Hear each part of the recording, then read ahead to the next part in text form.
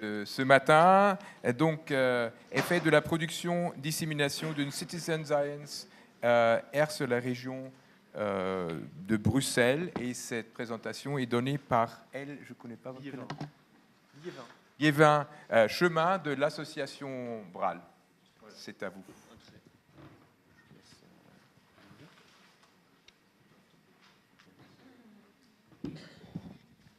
Alors, bonjour. Ravi aussi d'être accueilli dans une communauté de chercheurs. Il se fait que moi, j'en suis pas un. Moi, je suis un travailleur associatif, donc je vais plutôt vous parler de ce qui se passe au niveau citoyen.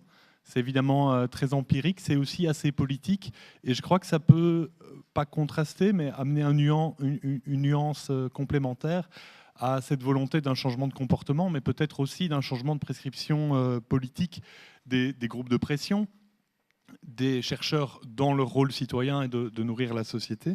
Et donc, je vais remercier aussi les organisateurs et l'APA. Et quand je vois au dos de votre plaquette, connaître, informer, rassembler, agir, c'est de ça qu'on va parler.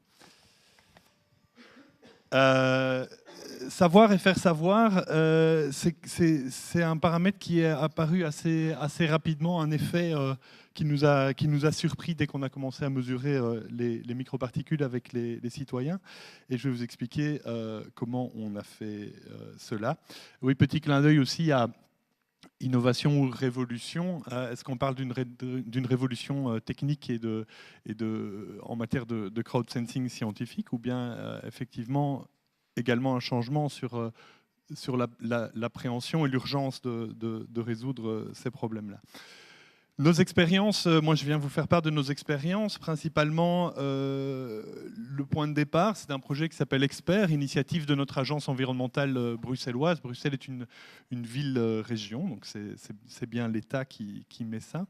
Du black carbone pourquoi? Comme un complément, mais aussi une première étape pour aller se rapprocher non pas de l'air ambiant, qui est légiféré, mais de l'air respiré, de l'exposition, qui lui détermine la santé et fait plutôt partie des pratiques préventives de l'État.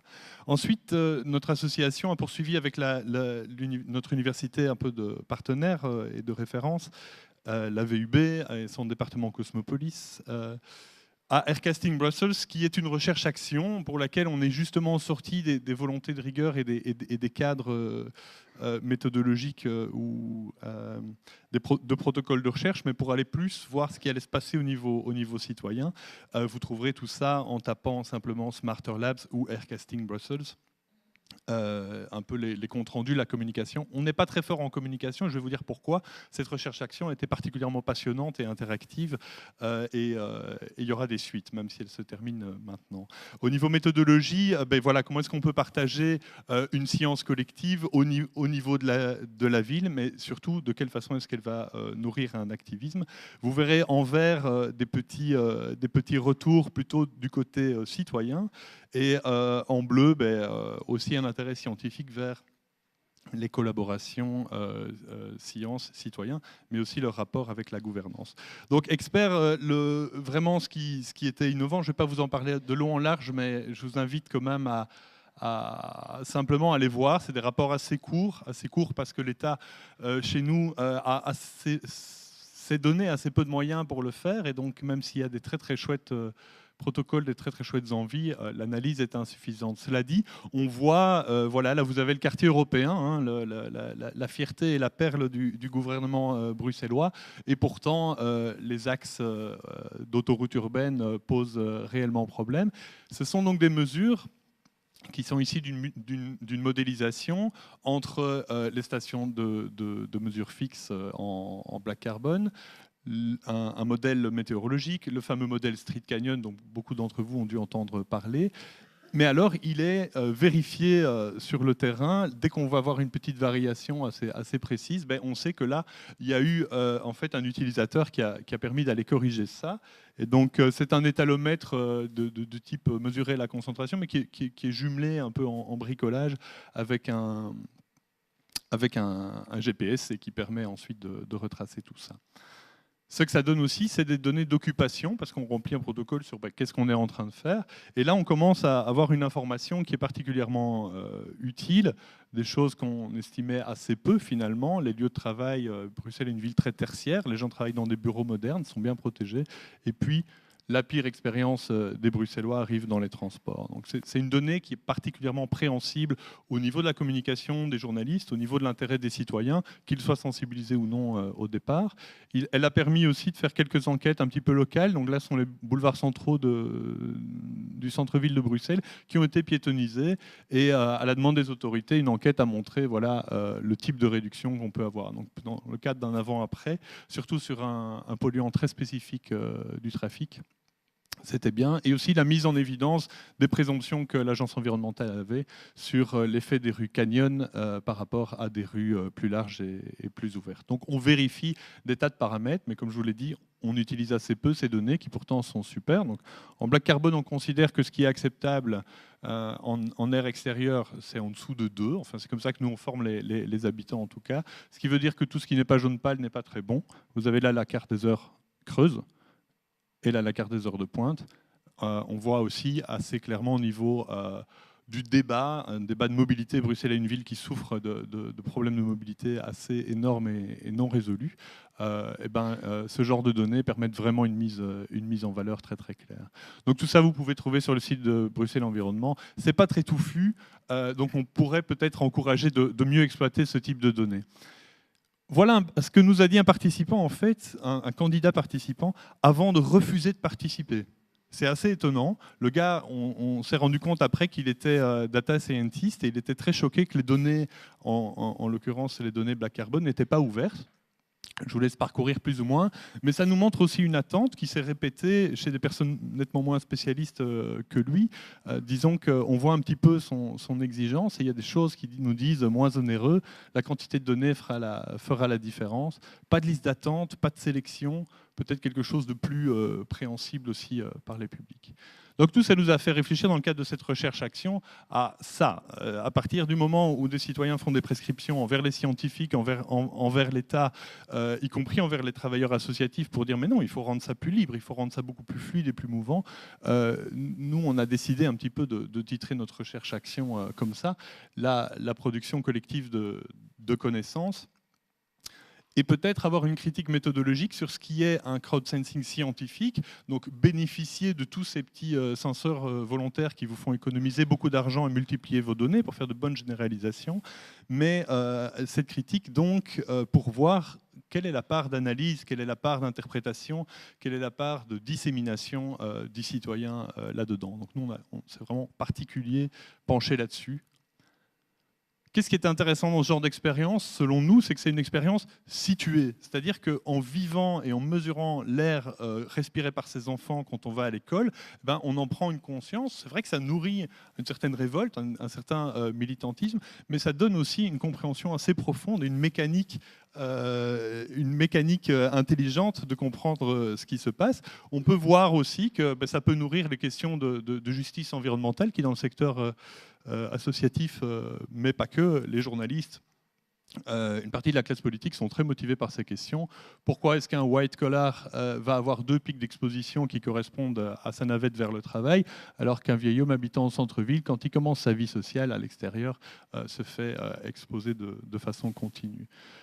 Ce qu'on cherche, c'est ce qu'on comprend, et on pense que ce moteur-là est le bon moteur à utiliser avec les citoyens. Au niveau de la production politique, voilà un petit schéma qui est apparu, qui a été construit en fait un peu par hasard avec eux. Ici, il est traduit, mais en gros, souvent au niveau citoyen, on va dire mais eux, ils doivent nous protéger, ils doivent pouvoir faire quelque chose. Mais la question est aussi qu'est-ce que nous, en tant que communauté, on ne va pas utiliser communauté au sens d'une commune ou d'un arrondissement, mais plus d'une communauté d'intérêt. Comment est-ce que nous, on va être capable d'apprendre et de se renforcer par le savoir? Et ça passe aussi par des actes de recherche individuels où les personnes réellement se qualifient là-dedans. Cette collecte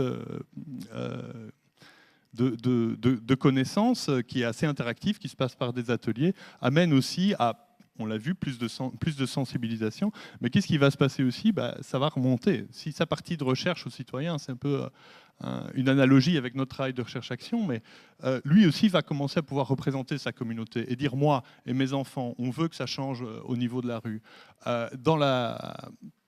Au niveau communautaire, c'est une action. Il y a comme ça tout un réseau d'actions assez diversifiées à Bruxelles qui s'est créé. On va en parler tout de suite.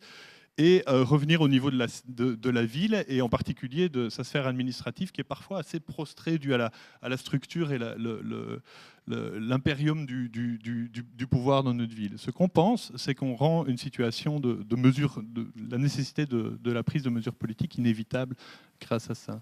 Voilà un exemple. Là, on était peut-être après un an et demi de travail, beaucoup de presse, beaucoup de storytelling, beaucoup de citoyens qui s'adressent aux autres et qui s'adressent aux politiques pour le faire, des actions dans l'espace public, notamment nos fameux bruxellaires qui font des choses assez chouettes, et même parfois des tentatives de rencontrer. Ici, il s'agissait du commissaire européen à l'environnement.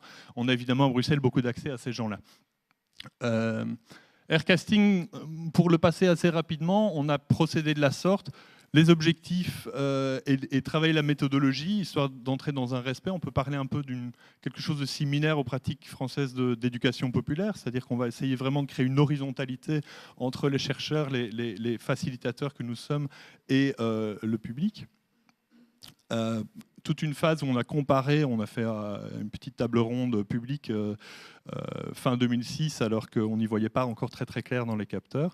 Puis on a choisi Aircasting, ça c'est la deuxième version, Airbeam, donc c'est le même. Il y a beaucoup de similarités entre nos projets et ceux d'ambassadeurs, sauf qu'on n'a pas de soutien direct de la ville dans ce cadre-ci. Et donc, à partir du moment où on savait qu'il était assez fidèle, on s'est lancé, on a testé la participation, ça marchait très bien, et le Living Lab a pris son cours et a duré 1 an. Ça, c'est le prof de la faculté, le boss de la faculté, qui a dit « Ok, c'est celui-là. Si c'est un appareil qui permet d'apprendre, on y va. Ça va être la complexité dans laquelle on voulait amener les citoyens permet vraiment d'être abordée avec ça. » La question de la recherche-action, c'est peut-être beaucoup, je vais plutôt passer par le résumé en anglais. Collective Production of Knowledge, est-ce que ça pousse à l'action? Est-ce que c'est capable d'améliorer une meilleure gouvernance? Est-ce que les smart technologies vont jouer un rôle dedans? Et le fait d'utiliser ces technologies, est-ce que ça va être un phénomène inclusif ou pas? On va le voir dans les questions d'âge, on va le voir dans les questions de genre, mais aussi les familles sont parfois plus occupées, les gens qui ont des enfants. Donc il y a quand même pas mal de facteurs d'exclusion. Upscalable, ça veut dire, est-ce que ces solutions peuvent être portées à l'échelle de la ville? Est-ce qu'une ville pourrait s'informer totalement par la voie de sciences citoyennes, que ce soit dans cette problématique-là ou dans d'autres problématiques socio-environnementales? Si vous voulez en savoir plus, les outcomes de Smart Labs vont être publiés début 2019, mais il y a déjà des choses qu'on peut lire sur smartlabs.eu. Cette Citizen Science, je pense que ce schéma parle de lui-même. Désolé, c'est du néerlandais, mais citoyen, scientifique, pouvoir et technologie intégrée. Je pense que vous êtes assez familier aussi avec la technologie d'Aircasting. L'exposition subjective est vraiment importante. Vous voyez qu'on a fait ici un petit protocole de tag afin de pouvoir réellement avoir une meilleure qualité, une meilleure prise, et on voit aussi à quel point on les mesure. 10 communautés environ, 100 utilisateurs. On était très libre au niveau du protocole. Peut-être que si on devait le répéter, il y a une attente aussi à ce que ce soit plus encadré. Développer ses propres recherches de questions, non pas pour le citoyen, mais plus pour le groupe, pour arriver à des espèces de mini-généralisations. Et nous l'avons, il faut l'avouer, utilisé dans le cadre d'un empowerment communautaire. C'est aussi des questions, et ça peut pousser vos projets qui sont particulièrement médiagéniques. Donc voilà, on pense qu'il y a une alliance académique, association, pourquoi pas, administration scientifique, pourquoi pas, et les citoyens. La Citizen Science coproduit une connaissance, elle nourrit aussi l'action, et c'est ça peut-être qui va stimuler les groupes engagés. Savoir et faire savoir, c'est un petit peu ce qui va s'y passer. Pourquoi faire peut-être des meilleures recommandations? Alors moi je vous pose 2 questions. Quel type de coproduction avec les citoyens pourrait enrichir votre recherche, mais aussi mieux la diffuser. Donc, est-ce qu'une meilleure diffusion sociétale, parce que ce sont des outils qui communiquent d'eux-mêmes, va aussi supporter vos conclusions et pourquoi pas l'importance de vos travaux dans le cadre du soutien public. J'ai fait un petit tableau que je ne vais pas pouvoir vous présenter ici, mais qui parle aussi de est-ce que c'est facile à utiliser, est-ce qu'il y a un feedback suffisant vers l'utilisateur, à quelle échelle est-ce que ça se pose et sur quel polluant, puisque le temps presse, je vais devoir les passer, mais c'est juste vous dire que actuellement, en Belgique, il y a tous ces projets qui ont lieu ou qui sont en train de démarrer. La Belgique est quand même un petit pays de 10 millions d'habitants, donc on peut vous dire que ça pousse. Influencer, c'est une start-up. J'ai entendu parler de Luftdaten.info, donc ceci, c'est une branche de ce projet. Et le graphe là, ce matin, je pouvais surveiller depuis mon lit les expositions à la porte de l'école de mes enfants. Vous pouvez y voir l'intérêt. Des analyses autour d'Aircasting, ça serait vraiment très intéressant. Vous voyez l'étendue des données. On voit ici, par exemple, une rose de l'utilisation d'un adulte et là, de son bébé, qui passe beaucoup plus de temps en garderie chez les grands-parents. Et donc, la teinte montre une exposition plus forte selon son usage. Il y a des tas d'analyses qui sont possibles pour ça. Et c'est ça que je voudrais stresser avec votre communauté de chercheurs, c'est quel peut être un investissement pour répondre à ces questions de recherche, ces questions qui préoccupent autant les citoyens que la sphère médiatique et politique. Le chercheur qui a produit celle-ci est aussi intéressante. C'est donc les hotspots qui nous permettent aussi de relativiser la valeur des réseaux officiels de mesure qui, eux, visent à garantir la légalité. Je vous invite aussi à aller lire un très chouette article. Il suffit de googler l'air d'un Bruxellois. Nick Dachio nous parle justement de cette mesure participative. Voilà ce que je veux stresser avec vous. Je vous laisse lire un peu la slide, mais entre la connaissance qui n'est pas produite et toutes les attentes des citoyens, il y a probablement encore un échange pour pousser plus les analyses des projets qui ont déjà existé, les projets que vous menez, les projets qui sont menés. On peut reprendre celui de Rennes, mais on pourrait prendre tous ceux-là au niveau du monde. Et aussi envisager des nouvelles opportunités de recherche en collaboration avec les citoyens. Ça, c'est un événement récent où les communautés de citoyens bruxellois ont interpellé directement leur classe politique. Voilà pour ma conclusion. Il y a des buts de gouvernance qui sont partagés entre académiques, citoyens et une gouvernance modernisée, on va dire. Et à Bruxelles, je peux vous dire que ce n'est pas du tout un bon exemple. On s'assied beaucoup sur les données environnementales et leur non-communication. Eh bien, il y a des coalitions qui sont possibles. La deuxième, il faut réellement renforcer les capacités cognitives et l'analyse de ces projets citoyens. Et ça, je pense, c'est une responsabilité qui nous appartient à tous. Merci.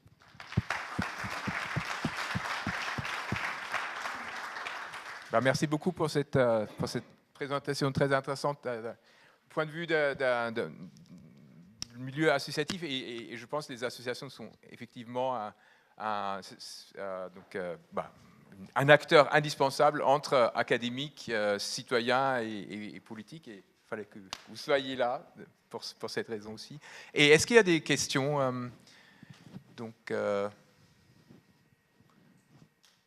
avant de... Oui. Merci pour cette présentation.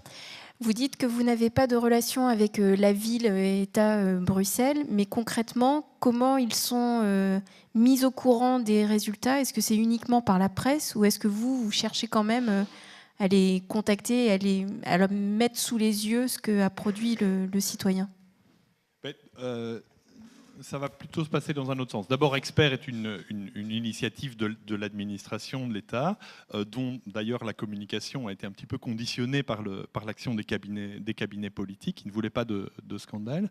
L'autre, la recherche-action, elle se veut indépendante aussi, et elle ne se veut pas probante. Elle se veut vraiment éducative, agogique, c'est-à-dire qu'elle va permettre de mettre des personnes en mouvement. Et on a demandé à chacun des participants de considérer qu'ils étaient dans une logique d'apprentissage et non pas de créer des évidences à opposer. Donc finalement, il y a assez peu d'échanges, si ce n'est l'intérêt des instituts de recherche vers ces méthodologies. Donc il y a effectivement un dialogue et un contact, mais la donnée est beaucoup plus utilisée pour armer le citoyen d'une logique et d'affronter cette complexité et en fait de développer une expertise citoyenne qui ensuite peut dialoguer avec la gouvernance.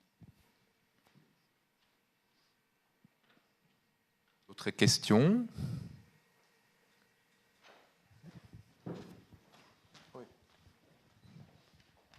Pourquoi ce genre d'initiative? C'est surtout dans la partie flamande du pays. C'est difficile à dire parce qu'en plus, moi, je ne suis pas flamand et je suis dans la partie centrale. Donc nous, on est à Bruxelles. Ça serait une question presque ethnologique. On peut se poser la question sur la grande pratique du vélo également. Moi, je ne suis pas pour faire des conclusions de type ethno-racial et culturel là-dessus. Ce qu'on peut dire, c'est qu'il y a une habitude de proximité et d'influence du pouvoir dans le mode de gouvernance flamand, néerlandophone, hollandais aussi probablement, et que du côté francophone, on est plutôt teinté de la gouaille militante française, où souvent quand j'en parle en équipe, je dis les francophones ont plutôt tendance à vouloir exprimer leur révolte et peut-être accuser l'inaction de l'autre côté, donc ça peut être assez puissant. Les néerlandophones vont avoir tendance à s'outiller eux-mêmes, prouver et créer un abandon du status quo chez les politiques. Donc moi je me trouve au milieu de ça, donc désolé pour mon métissage. En fait, je trouve que c'est très riche. Oui, c'était ça la question indirecte. On avait compris que. Je pense que il faut le faire marcher. Oui. Je pense que, ouais, j'ai pas un exemple de mouvement militant de fond, mais sûrement plusieurs d'entre vous là-dedans. Mais je pense aussi que s'il fallait revenir à ce schéma, un peu ce triangle là, ce que nous on dit méthodologiquement, c'est que les savis, les détenteurs de la connaissance, sont les prescripteurs du comment. Par contre, la force des citoyens, c'est les prescripteurs du pourquoi. Pourquoi est-ce que je veux continuer à vivre dans cette ville? Pourquoi est-ce que je veux y élever des enfants? Pourquoi est-ce que je veux y développer ma carrière? Et donc, le pouvoir, c'est à lui de réagir par rapport à cette pression. D'où la nécessité de créer une coalition. Je pense que ça peut se créer partout. D'ailleurs, Aircasting a été développé à New York et utilisé premièrement sur la côte Est dans un but d'empowerment au travers de la science. Il y a une dernière question alors. Pierre.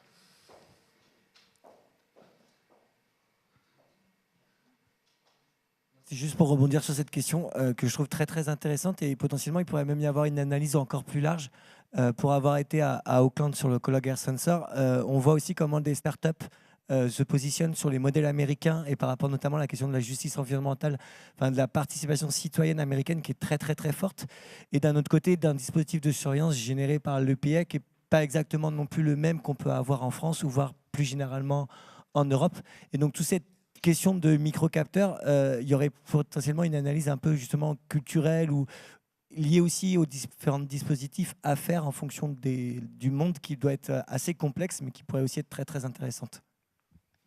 Interviewer peut-être votre inner child à vous, et en fait la joie et la fierté de savoir, c'est quelque chose qui est assez puissant et qui est probablement quelque chose d'assez universel. Donc je ne pense pas que la frontière culturelle soit dessus. Peut-être que la centralité scientifique qu'on connaît dans des pays comme la France et la Belgique sont un peu à draguer et à intéresser dans ce type de collaboration. Juste avant de venir, le Head of Labo de Bruxelles Environnement a réellement à nouveau marqué son intérêt. Il regrette de ne pas être là et il me demande des feedbacks de tout ce que vous développez entre sciences dures, participation de l'État et crowdsourcing citoyen.